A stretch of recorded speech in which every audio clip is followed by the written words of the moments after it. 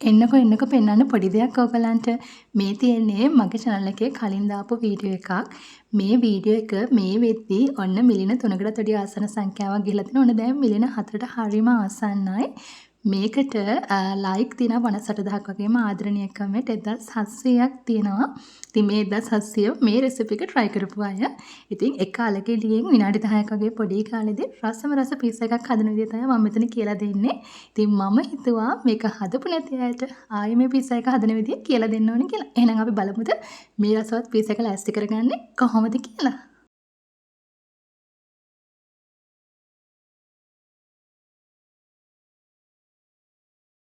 කලින් කියපු විදිහට මේ වගේ පොඩි අලගෙඩියක් සහ බිත්තර දෙකක් තමයි අපිට ඕන ප්‍රධාන වශයෙන් ඕන කරන්නේ. ඉතින් දැන් ඔයා මුලින්ම කරන්න ඕනේ ගත්ත අලගෙඩිය හොඳට සුද්ධ කරගන්න. අලගෙඩිය සුද්ධ කරගත්තට පස්සේ අපිට ඕන කරන වතුර. ඉතින් ඔයාලට මෙතනදී කෝල් වතුර ගන්න පුළුවන් නම් තවත් හොඳයි. දැන් මෙන්න මේ වගේ ග්‍රේට් එකක් තියෙනවා නම් ග්‍රේට් එක පාවිච්චි කරලා මෙන්න මේ වගේ හීනියට ග්‍රේට් කරගන්න. ඉතින් ග්‍රේට් එකක් නැති කෙනෙක් නම් ඔයාලට පුළුවන් පිහේ පාවිච්චි කරලා හීනියට මේක කපා ගන්න. දැන් ඔයා මේ වගේ හීනට අර ටික ග්‍රේට් කරගත්තට පස්සේ විනාඩියක් දෙකක් වගේ වතුර තියාගන්න ඕන තවත් හොඳයි. ඊට පස්සේ වතුර ටික බේරෙන්න පොඩ්ඩක් පැත්තකින් තියාගන්න. දැන් මම කරන්නේ අර ක්‍රේට් කරගත්ත අර ටික වෙනම භාජනයකට දාලා ඒකට බිත්තර දෙක මෙන්න මේ විදිහට අපි කඩා ගමු. ඊට පස්සේ ඔයා ළඟ තියෙනවා නම් කපාගත්ත ලුණු ටිකක්, අම්බුරිස් ටිකක් ඔයාලට කැමති දෙයක් මෙතනදී එකතු කරන්න පුළුවන්. ඊළඟට මම එකතු කරගන්නවා පාන් පිටි මෙසැඳි 3ක්. ඉතින් පාන් පිටි කන්න අකමැති කෙනෙක් නම් ඔයා කිසි ප්‍රශ්නයක් නැහැ මේකට ආට පිටි එකතු කරන්න පුළුවන්. දැන් ඊළඟට ඔයාගේ රස්සාන ලුණු, අම්බුරිස් සහ මිරිස් කුඩු එකතු කරගන්න. ඊළඟට ඔයාලන් ගෑරප්පුවක් තියෙනවා නම් මෙන්න මේ වගේ හොඳට මේක මික්ස් කරගන්න.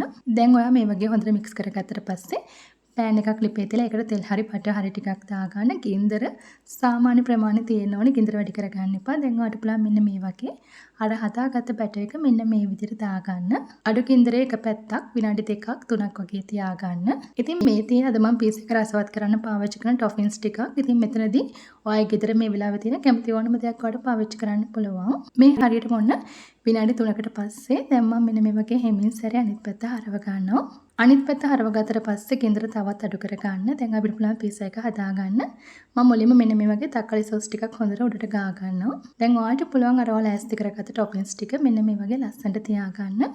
ඉතින් ඔයාලට කැමති ඕනම දෙයක් තියලා මේ පීසා එක රසවත් කරන්න පුළුවන්. ඊළඟට මම මෙන්න මේ විදිහට මොසරලා චීස් ටිකක් උඩට දා ගන්නවා. ඊළඟට කෑලි මිරිස් ටිකක් උඩට අපි යහගමු.